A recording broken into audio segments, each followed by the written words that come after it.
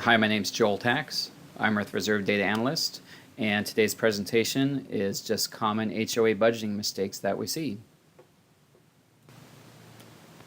The more common ones that we see are on this list here. Number one, inaccurate component list. Number two, looking to the past to try and predict future project expenses. Number three, ignoring inflation, assuming interest has a greater positive impact on the reserve account than it really does.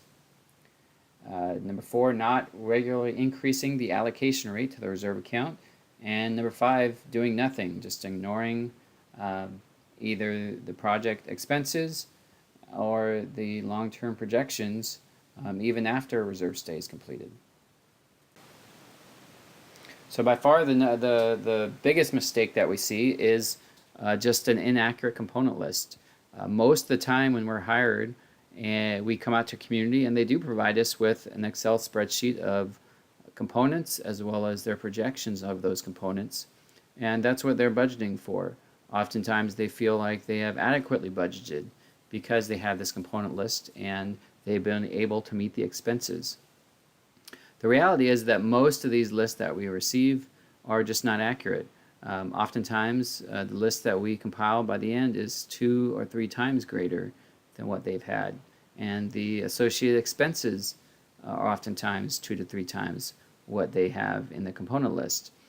This can be a shock to them initially, but after a review of the component list, it becomes pretty obvious that they just were not aware of the long-term projects in the community. Oftentimes, these lists are created by board members with good intentions, but they're just not familiar with buildings and site components, as well as useful life for those components, and just the systems overall that will need to be replaced. So here's just a kind of a brief example of a typical component list that we received: paint, roof replacement, asphalt seal coat. Those are items that are very obvious to the homeowners as well as board members. You know, when there's paint peeling off, well, it's time to paint the building. When the roof's leaking, it's time to repair the roof or replace it. And the seal coat is oftentimes an aesthetic impact if it hasn't been seal coated in a while. So they will budget for those items. Unfortunately, they're missing many of the other components. In this list here, a typical reserve study may include gutters. It would include the overlay as well as the seal coat. Would include window replacement. So you can see the components in the reserve study are just more comprehensive, and it's going to cover the real costs associated with those components over time. Another issue with a common mistake here is looking to the past to try to predict future project expenses. Now, looking to the past definitely has positives. It's very helpful to see how much things cost in the past, how much the last paint project was and whatnot. But if you're trying to predict future total project cost, it's not going to be adequate. I put together this timeline here with typical component replacements or repairs during each of these periods of time. And if a person was to look back at a history of a building at any point in time, they're actually going to miss most of the most expensive projects that will be occurring. So it's kind of a double whammy. As buildings age, you need to replace more and more of them, and as you replace more of the components of the building, the costs are dramatically higher. You're replacing underlying systems of the building over time, not just the exterior paint or kind of surface cosmetic items. You're actually having to go in and tear out walls and replace plumbing. You're having to rewire fire control panels. You're having to modernize the elevator system or the HVAC system. Underground sprinklers, the actual piping, not just the sprinkler heads. So these are all items that are oftentimes overlooked by board. They're just not even aware that they're going to occur. And they don't occur very often. They may only occur every 30 or 40 years, but in many areas, the condominiums, they're right about 30 to 40 years old. That's when condos were starting to get very popular in the United States is in the 60s and 70s. So many of them are now past the 30-year mark, oftentimes approaching 40 or more. So they're having to replace these systems in the building and that they weren't expecting. And if you don't have somebody creating a component list that's familiar with these systems and only looking at past projects, well, they're not going to be prepared to give advice or kind of put together a budget that adequately addresses all those project component expenses over time. And this is where it helps to have a professional come in, where a board member may see lots of different components and look at them as being very random and spread out and all over the place and very difficult to budget for. Well, for a reserve study professional, it's just another day at the office. We've seen these components hundreds or thousands of times in different buildings, oftentimes very similar to the one we're looking at in your community. And the vast majority of these components have predictable useful lives. They have predictable cost, because what we're doing, we know current cost and we can inflate that with time. And that inflation is just based on the historical averages in the United States, and it has proved to be accurate for many, many years. So while a board member may be very random and unpredictable, a reserve study professional says, well, no, we can actually budget for this because we have a good estimation of when these components will fail and how much they'll cost. And because of that, we can say, well, now we can put together a budget that spreads that cost out evenly and as fairly as possible amongst the membership over time. Number 3 is ignoring inflation. So inflation has a huge impact on project cost. In the United States, inflation is about 3% per year. Obviously, there's going to be times when it's higher and times when it's lower, but overall, it's about 3% per year, and that's compounded. So every 23 and a half years, approximately, you're going to double the project expense. A great example here is a roof. A roof that needs replacement every 25 years, well, it's going to be double the cost of the prior project. So oftentimes we are provided an Excel spreadsheet where they have a roof cost in there, and they're basing it off of the prior replacement of the roof. The problem with that is if they don't inflate the cost due to inflation, the material costs go up and the labor costs go up, that they're going to have about half of what they really need in the reserve account at the end of that 25-year period, because they're expecting the roof to be the same cost as it was 25 years earlier. Now, this seems like it should be pretty obvious, but this is one of the more common items that we see. They have an old invoice, they plug that number in, and they budget for that. The problem is they just need to inflate the cost over time. And interest here. Interest has a positive impact, but it only has a positive impact on the reserve account balance. It's not have an impact by the larger expenses of inflation. And on the next slide here, if a community has $100,000 in the bank account and say they're making 1% interest a year, which right now is pretty unheard of, but over time that will probably be pretty realistic. They'll earn $1,000 for that 1 year on that $100,000 just for it sitting there. Now that's a positive impact. That's a good thing. The issue, though, is that inflation has a much greater impact, and the reason is that it impacts the cost of all the components combined.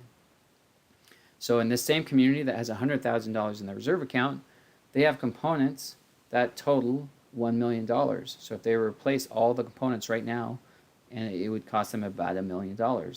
Now at 3% inflation, the very first year, that's $30,000 that negatively impacts the long-term projections.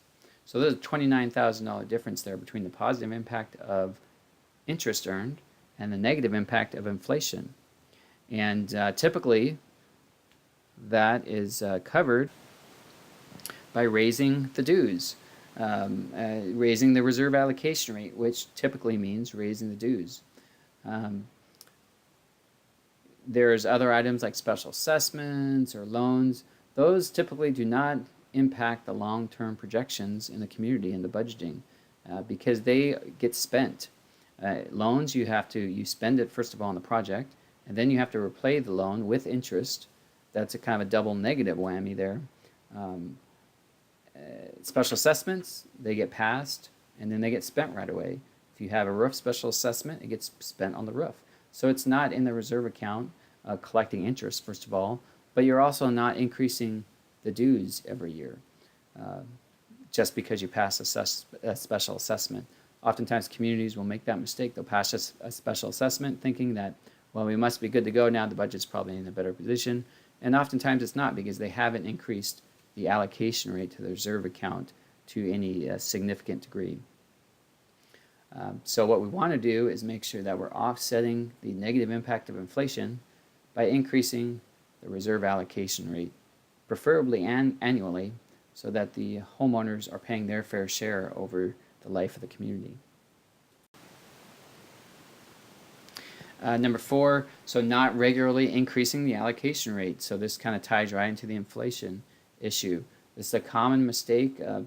Communities obviously have a difficult time passing an increase to their HOA dues.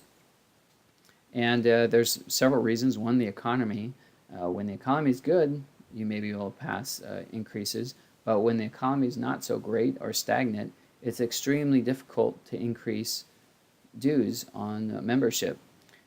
You're just going to get a brick wall left and right. Nobody wants to increase dues. That's kind of human nature. Also, if a community is relying on special assessments or loans, it's very difficult at the same time to increase the dues. They just paid perhaps $1,000 or $2,000 or $3,000 special assessment.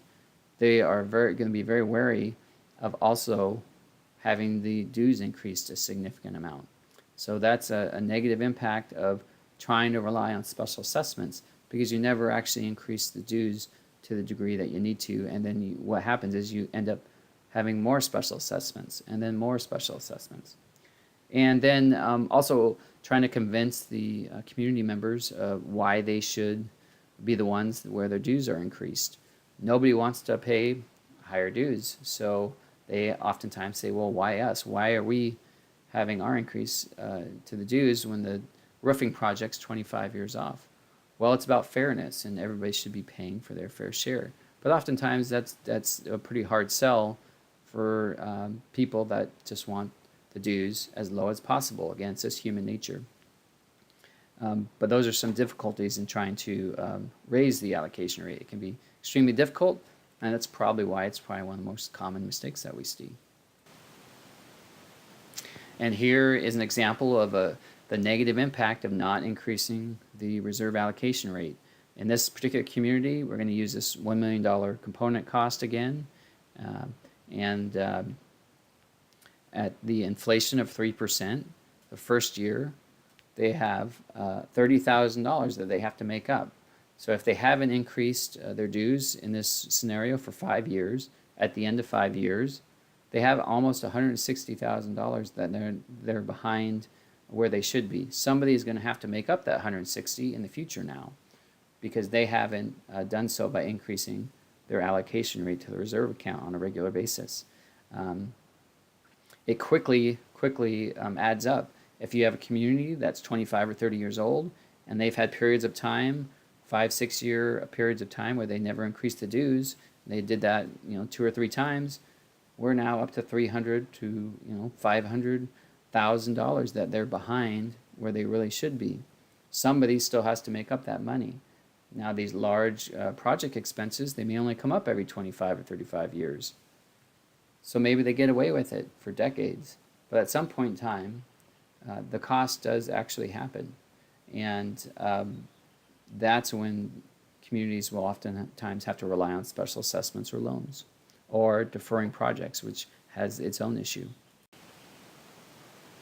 Number 5, the most common mistake is doing nothing. So even after reserve studies are completed and boards are find out that they're dramatically underfunded, and even when communities membership knows, oftentimes they still have trouble doing anything. And we always like to tell boards and community members, Whether they are prepared for the project expenses or not, the project expense still happens. So whether you adequately budget for a roof replacement at 25 years, it doesn't matter if you have the money in the reserve account or if you don't have the money in the reserve account. The project expense still happens. So the people in the 25th year, one way or another, are going to have to replace the roof, and they're going to have to pay for that. If their money is not in the reserve account, or it's going to have to come from special assessments or a loan,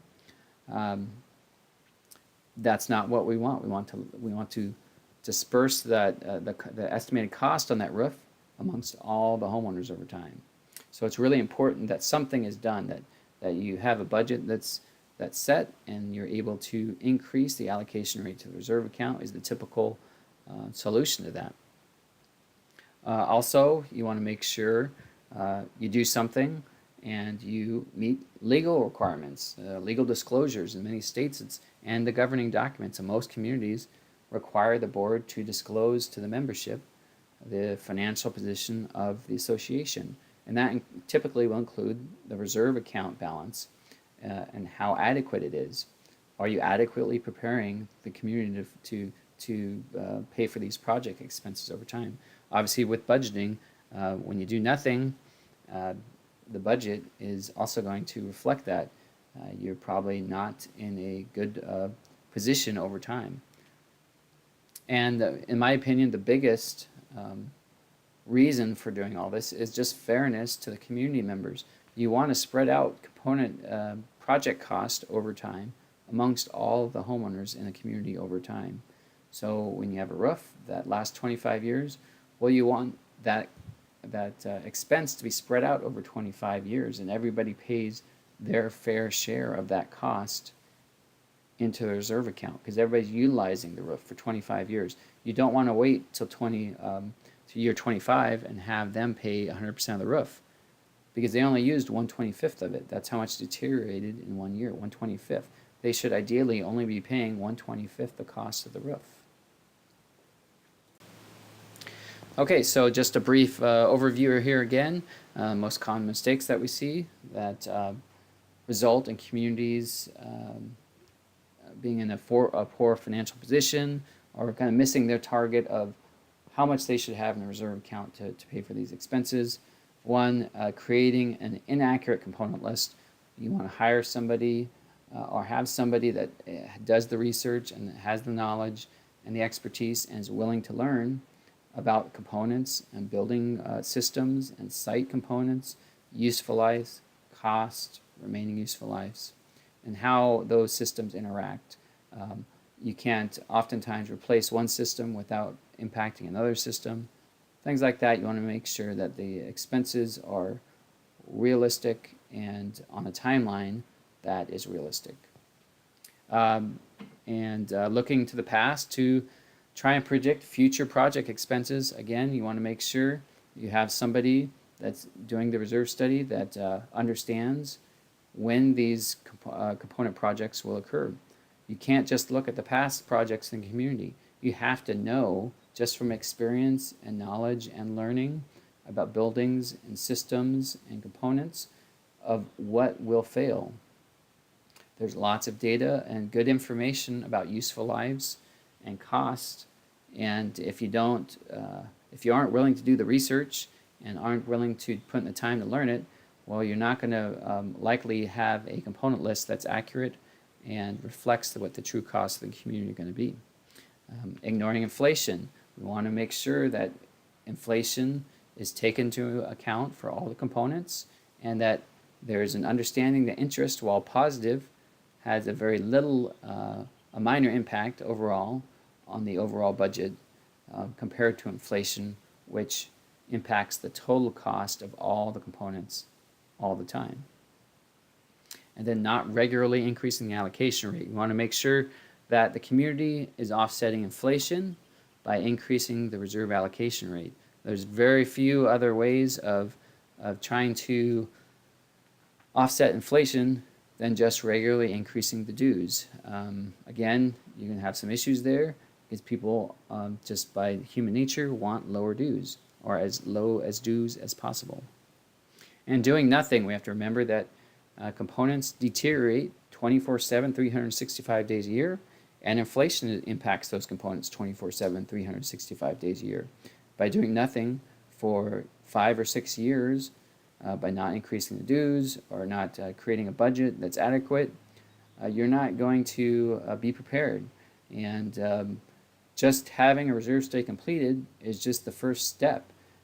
That's essentially disclosures. Everybody now can have an understanding of the true cost. Now you have to actually do something, whether that be increase the dues or pass a special assessment or whatever the case is. You want to make sure you do something to get onto a track that is more adequate for the community, for the budgeting purposes. So that's about it today here. Hopefully this presentation was helpful for boards and board members and community members. If you have any questions, please give us a call or email me.